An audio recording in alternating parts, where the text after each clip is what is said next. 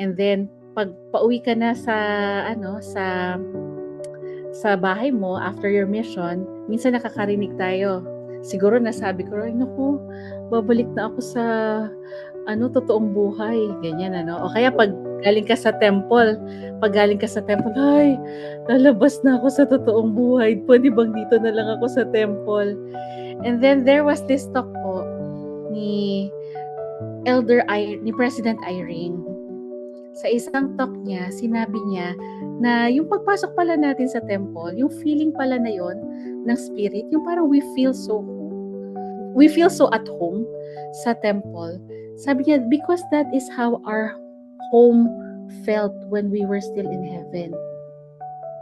So yung totoo palang work po talaga natin, yung totoong buhay talaga natin, yung klase ng buhay nung missionary tayo at yung klase ng buhay kapag nasa loob tayo ng temple at yung klase ng buhay kapag nagsisilbi tayo sa kingdom ng Panginoon.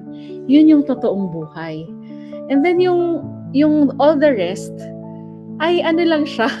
Kumbaga, paraan lang yan ng Panginoon para masustain tayo dito sa mortality. Pero yung totoong trabaho natin dito ay yung kanyang gawain.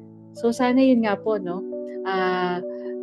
mahirap talaga, hindi rin naman natin masabi na na-identify natin agad, na hindi tayo hindi tayo nagiging blindsided sa worldliness versus the purpose of our life here on earth. Pero maganda talaga isipin na yung totoong buhay ay yung buhay natin with the Lord. It is being engaged in the work of the Lord and serving Him and glorifying Him and imparting of His love sa ating mga fellow men, especially to our families.